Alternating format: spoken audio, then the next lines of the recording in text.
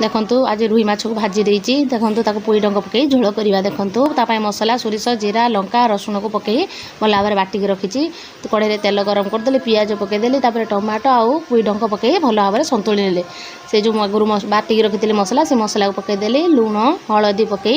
भल भाव संतुली नेली देखंतु संतुला हो आसला संतुला हो गला कौन करिया माछ को पकईदबा माछ को पकईदी भल भाव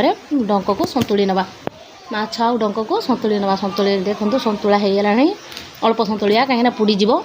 देखो संतुली गला पानी देदेबा बर्तमान ताको पानी देदेले ताको 10 मिनट फुटिया छाड़दबा देखो फुटेदेले गोलैदेवा फुटीगला फुटीगला देखो बर्तमान हो गला तो गरम मसला पकई ताको उल्हे बाहर करनवा देखो केटा सुंदर देखा माछ तरकारी बहुत सुंदर देखा से माछ पुई डंक माछ झोल